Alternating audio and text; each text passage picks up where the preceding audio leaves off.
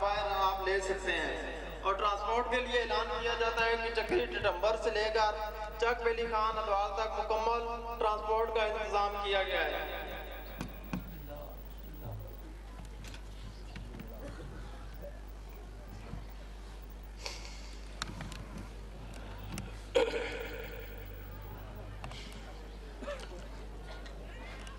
اعوذ باللہ من الشیطان الرجیم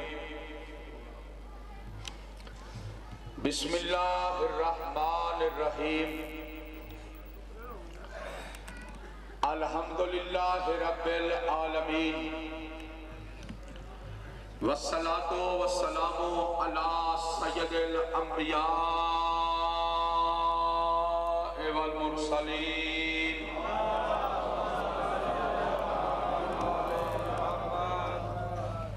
وخاتم النبیین وعلى آلہ الطیبین الطاہرین المعصومین المنتخبین المظلومین سیم ابن امہی تعالی فی شانہ ماد علیاً مظہر العجائب تجدہو ان اللہ کا فی النوائب کل ہم و غم سیجلی بعظمتک یا اللہ و بنبوتک یا محمد صلی اللہ علیہ وآلہ وسلم و بولایتک علی ابن ابی طالب ادرکنی فی سبیل اللہ یا زہرا بحق الحسین ادرکینی فی سبیل اللہ یا صاحب العصر والزمان بحق حسین علیہ السلام ادرکنی فی سبیل اللہ یا حکم یا حکم یا حکم یا حکیم یا کاشف الکرب عن وجہ الحسین اکشف کربی بحق اخیہ الحسین یا کاشف الکرب عن وجہ الحسین اکشف کربی بحق اخیہ الحسین یا کاشف الکرب عن وجہ الحسین اکشف کربی بحق اخیہ الحسین اللہم صلی علی محمد و آل محمد اما بعد فقد قال اللہ تبارک و تعالی فی کتابہ المجید و کتابہ الحمید وَهُوَ أَصْدَقُ الصَّادِقِينَ بسم اللہ الرحمن الرحیم قُلْ هُوَ اللَّهُ أَحَدٌ اللَّهُ الصَّمَدُ لَمْ يَلِدْ وَلَمْ يُولَدْ وَلَمْ يَكُنْ لَهُ كُفُوًا أَحَدٌ بلند کر درود پڑھو محمد اور آل محمد کی بات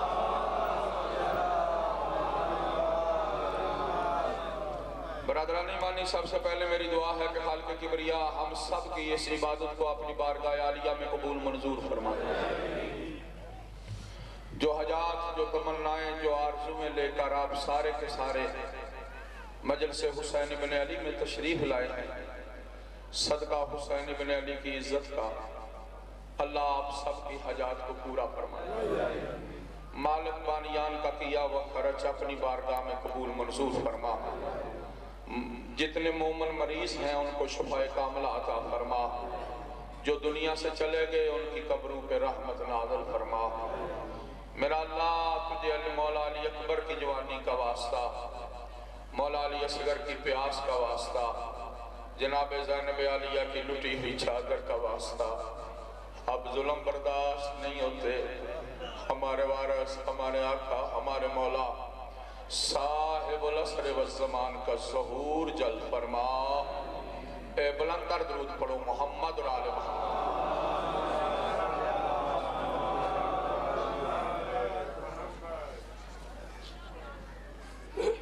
صلوات پڑھو محمد اور آل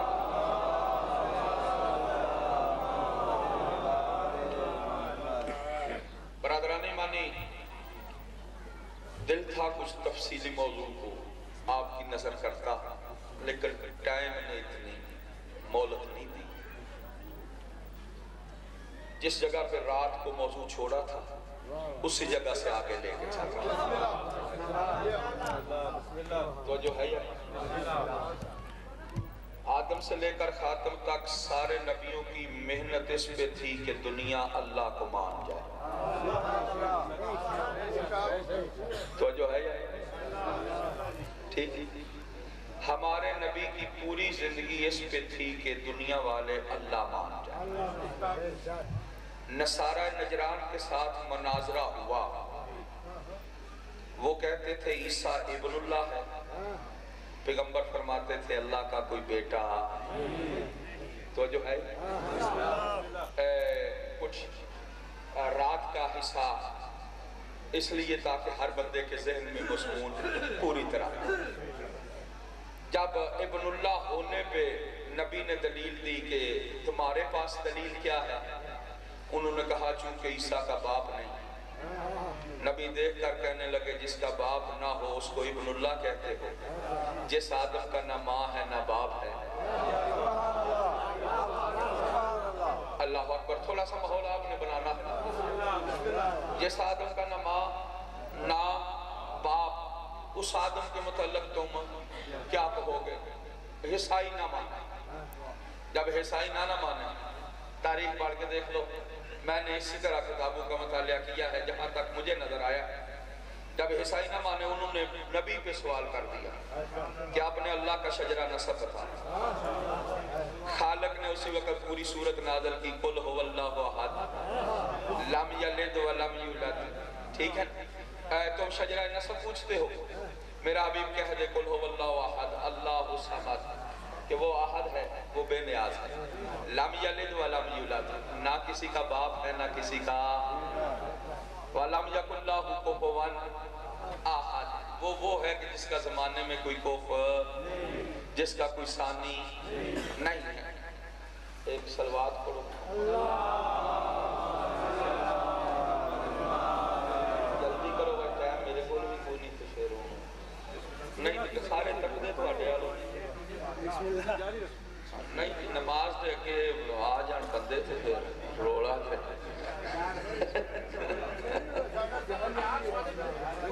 تو جو ہے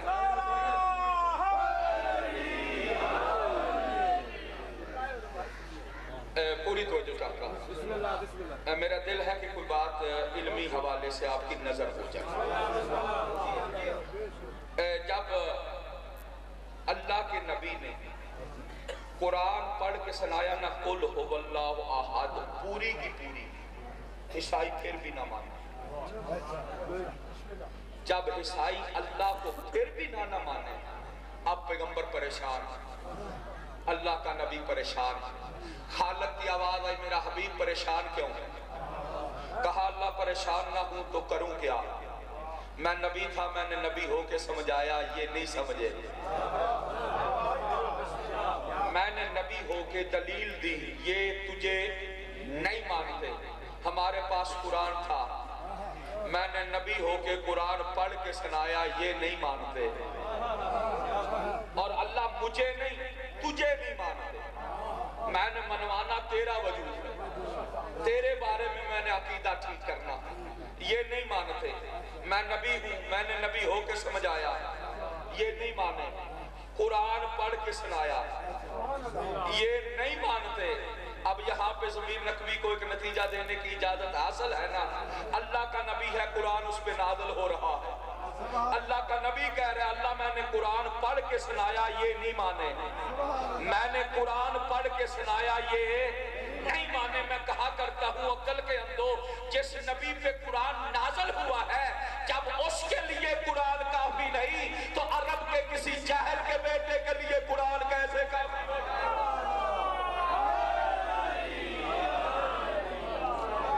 پوری توجہ چاہتا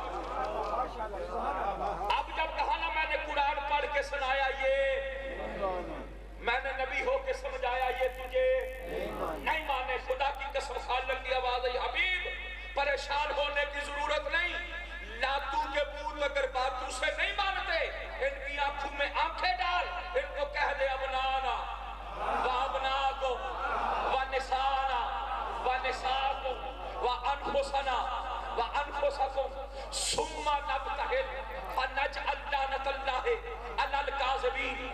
اپنے بیٹے لے آؤ ہم اپنے بیٹے لاتے ہیں، تم اپنی عورتیں لے آؤ ہم اپنی عورتیں لاتے ہیں، تم اپنے جیسے لے آؤ، اللہ اکبر اللہ اکبر، تم اپنے جیسے لے آؤ ہم اپنے جیسے لاتے ہیں۔ کرنا کیا ہے؟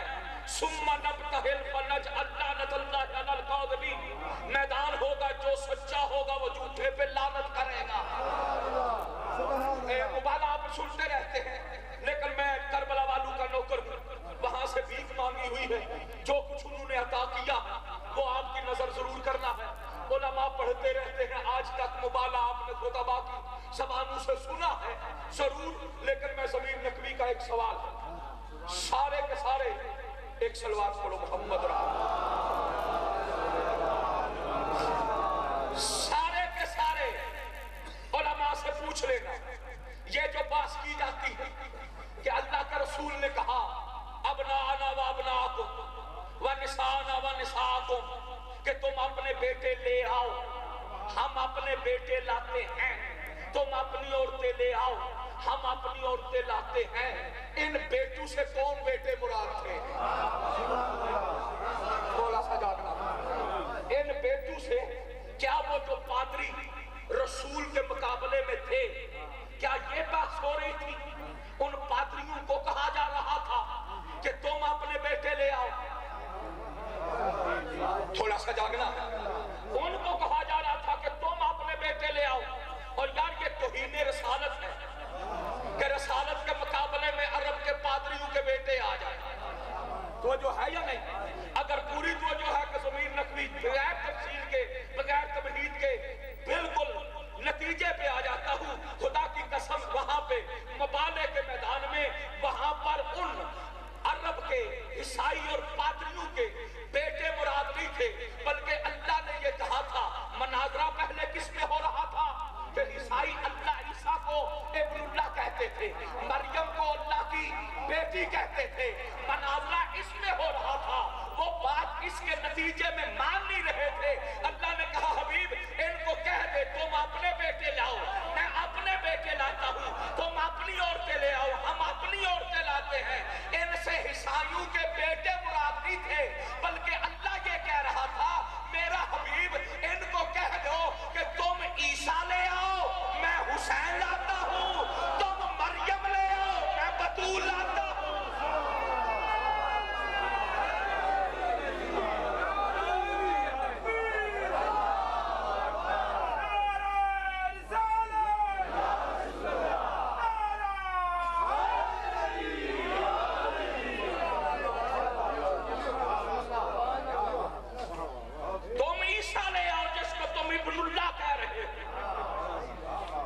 مناظرہ اس بات سے تم عیسیٰ لے آؤ میں حسین لاتا ہوں، تم مریم لے آؤ میں فاطمہ لاتا ہوں، پھر دیکھتے ہیں میدان میں کہ تمہارا عیسیٰ افضل ہے یا میرے حسین افضل ہے۔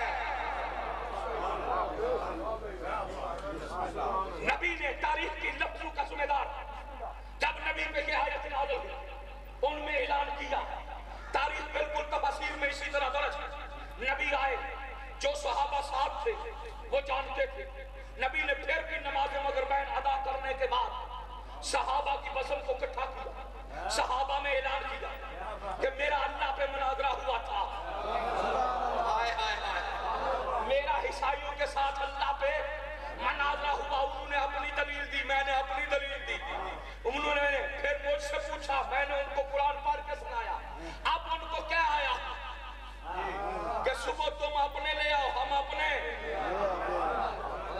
اب صبح جانا ہے مبالے میں صحابیوں،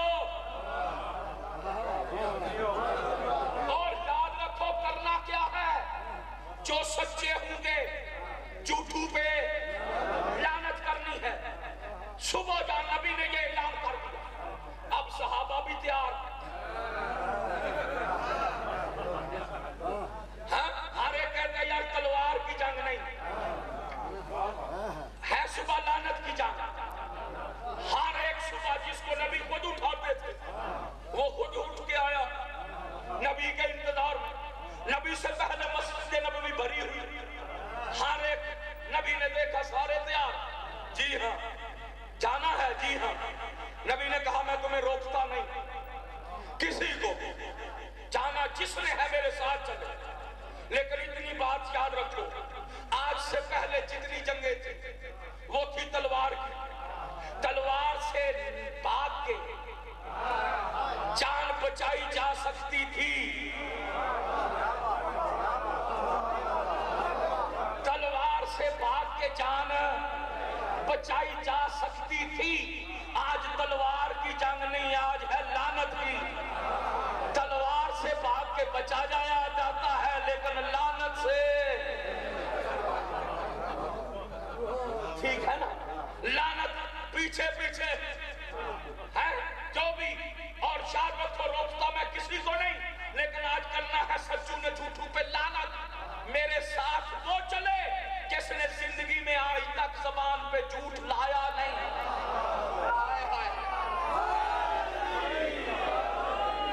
زبان پہ جھوٹ لایا نہیں۔ اب نبی کا اتنا کہنا تھا، اب ایک نے دوسرے کو دیکھا، دوسرے نے دوسرے کو، ہاں دیکھتے دیکھتے اپنے اپنے گھروں میں، اب نام کے صدیق بھی گھروں میں،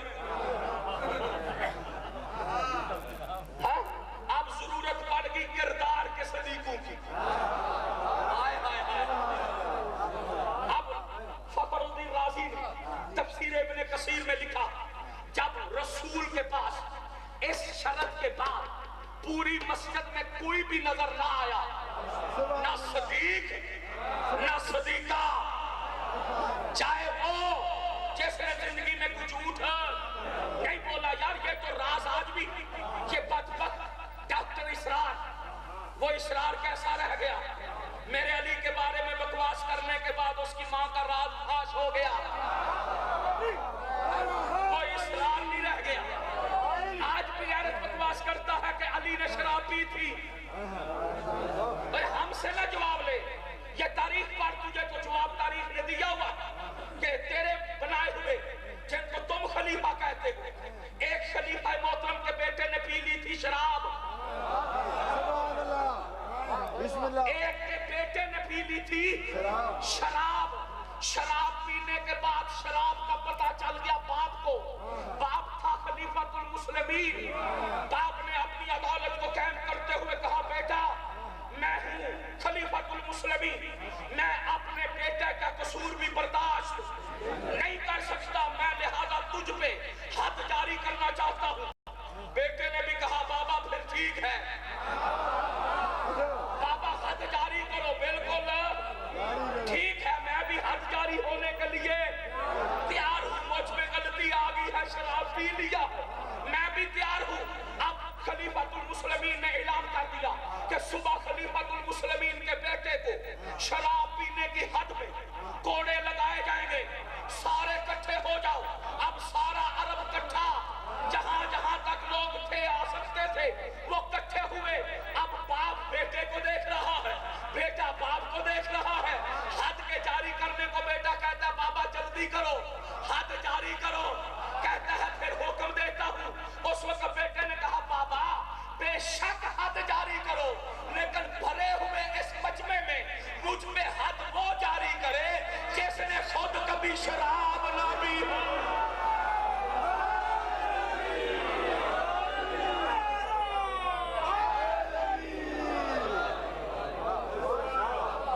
جس نے خود کبھی شراب، اب جب بیٹے نے کہا نا یہ شرط ہے وہ حد جاری کرے جس نے خود کبھی شراب، خدا کی قسم خلیفۃ المسلمین کو اپنے ساتھ پورے دربار میں کوئی ایسا نظر نہ آیا، کوئی ایسا نظر نہیں الا علی ابن ابی طالب۔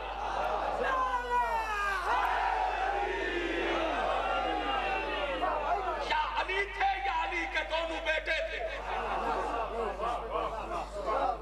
جن کو زمانے والوں نے بھی بول کر کہا کہ نہ علی نے کبھی شراب پی، نہ علی کے بیٹوں نے کبھی شراب پی ہے، تو جو ہے یا نہیں۔ لیکن جب نبی نے شرط رکھی نا کہ جائے گا وہ جو سچا ہوگا، یہ تو گھر میں علامہ فخر الدین رازی لکھتا ہے کہ ثم وسلم الی دار علی ابن ابی طالب. آئے ہیں اس وقت اللہ کا رسول چلتا ہوا علی ابی طالب کے بیٹے علی کے دروازے پہ آیا.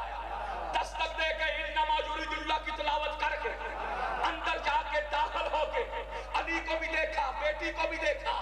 ہائے ہائے ہائے ہائے, جو عقیدے کے معراج پہ ہو, علی کو بھی دیکھا اور بیٹی کو بھی دیکھا. علی کو نبیوں کا نبی دیکھ کر کہتا ہے او میری بیٹی فاطمہ, او زمانے کا امام علی, آج اللہ منوانے کے لیے مجھ رسول کو مشکل بن گئی ہے, مشکل کی آسانی کے لیے تو مشکل کشائی کر دے.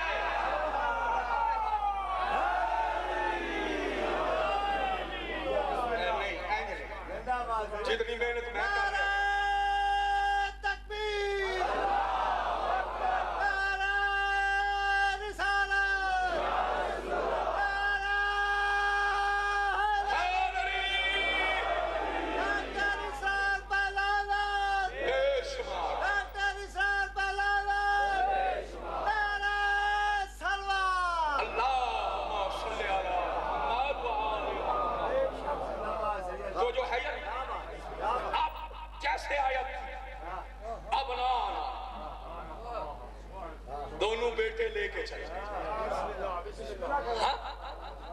حسین کو لیا, رسول نے ہاتھوں کو, حسن کو دائیں سے, ٹھیک ہے, فاطمہ کو پیچھے, علی کو اس کے پیچھے لے کے چلے. میرا ہر مسلمان پہ سوال ہے, اور اب مسلمان, ہر مسلمان اس عقیدے کا مالک ہے کہ مجھے بتاؤ کہ اللہ کا رسول اگر مبالے میں اکیلے جا کے بد دعا کرتے وہ عیسائی برباد نہ ہوتے؟ ہر مسلمان کا میرا اللہ کیا راز ہے؟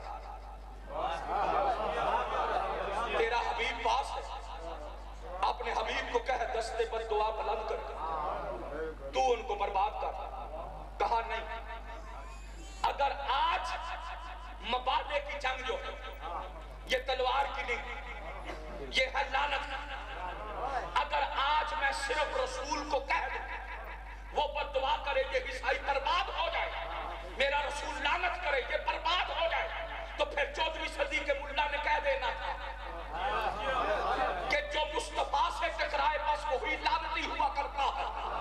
میں نے آج اسی لیے صرف مصطفیٰ سے نہیں کہا میرا رسول جا گھر میں جا کے علی کو لے, فاطمہ کو لے, حسن کو لے, حسین کو لے, تاکہ 14ویں صدی کے ملا کو پتہ چل جائے صرف مصطفیٰ سے ٹکرانے والے پہ لعنت نہیں بلکہ جو 5 تن سے ٹکرائے وہ لعنتی ہوا کرتا ہے.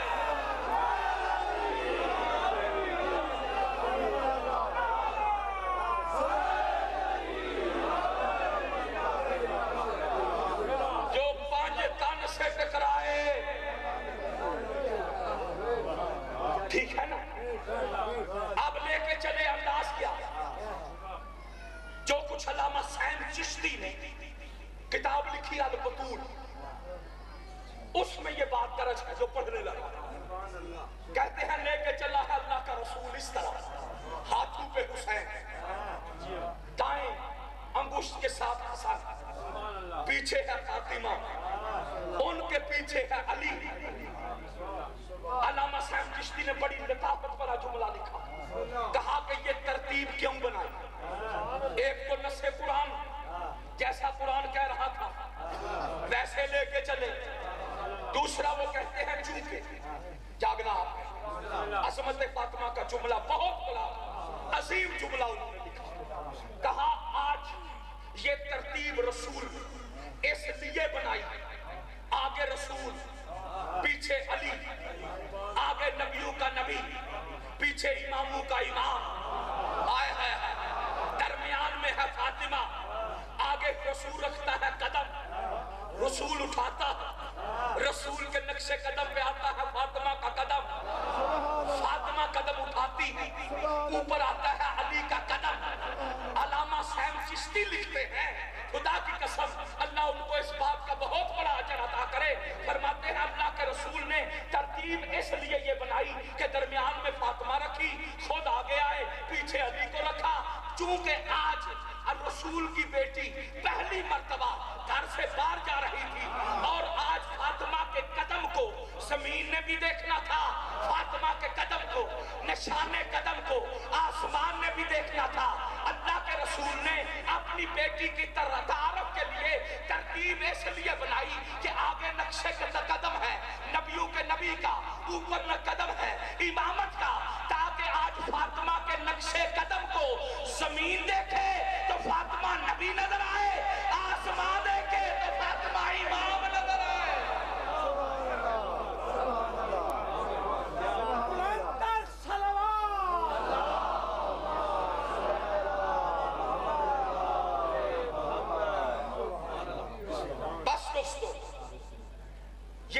شان قدم اس لیے سب سے مبالغے میں آگے کون گیا؟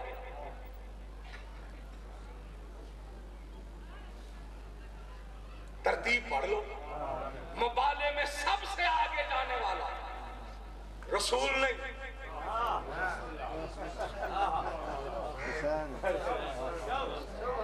سبحان اللہ، ہاتھوں پہ اٹھایا ہوا ہے نا،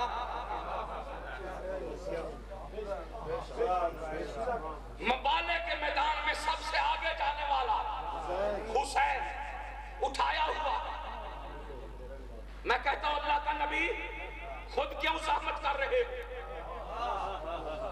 یار آپ بھی بزرگ لوگ سفروں پہ جاتے ہیں، اولاد ساتھ ہوتی، جب ماں اور باپ ہوں، بیٹا چھوٹا ہو اور بھی لوگ ساتھ رشتہ دار ساتھ سفر کر رہے ہیں، بچہ چھوٹا ہو، کون اٹھاتا ہے؟ اور ماں اٹھاتی ہے یا باپ اٹھاتا ہے؟ میں کہتا ہوں اللہ کا رسول آپ کیوں زحمت کر رہے ہیں؟ ماں ساتھ ہے، ماں کو دو، اگر حسین چھوٹا ماں کو دو، یا باپ ہے باپ کو دو۔ اللہ کا رسول نہ خود اٹھاتے ہیں، نہ ماں کو دیتے ہیں، نہ باپ کو دیتے ہیں۔ اللہ کا رسول اس میں راز کیا ہے؟ کہا 14ویں صدی کے ملا کو جانتا اگر آج میں حسین کو ماں کو دے دوں، ملا کہہ دے گا کہ حسین کی صلاح مبالغے کے میدان میں حسین کی ضرورت نہیں تھی، چونکہ ماں اور باپ جا رہے تھے، یہ تھا چھوٹا، ماں باپ کی تھی مجبوری، اسے گھر چھوڑ کے چلے جاتے، یہ رہ نہیں سکتا تھا، اس لیے حسین مبالغے میں ماں باپ کی مجبوری بن کے گیا ہے۔ میں نے اس لیے نہ ماں کو دیا نہ باپ کو دیا، خود اٹھا کے چلا تاکہ ملا کو پتا چل جائے کہ مبالغہ میں حسین ماں باپ کی مجبوری بن کے نہیں گیا بلکہ اسلام کی ضرورت بن کے گیا ہے۔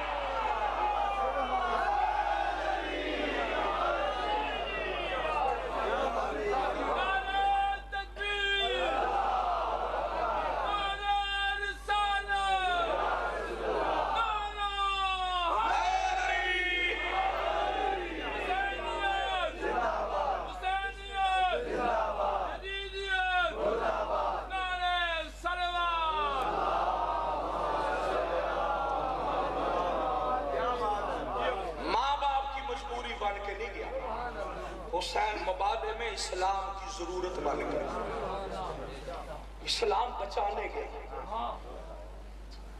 بس دوستو ٹائم میں اتنی میرے پاس گنجائش نہیں، حصے کا مصائب بھی فضائل بھی مکمل ہو جائے۔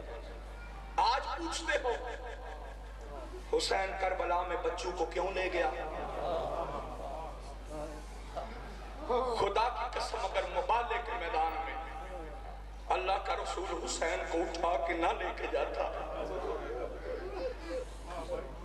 کربلا کے میدان میں کبھی بھی حسین اصغر کو اٹھا کے لے کے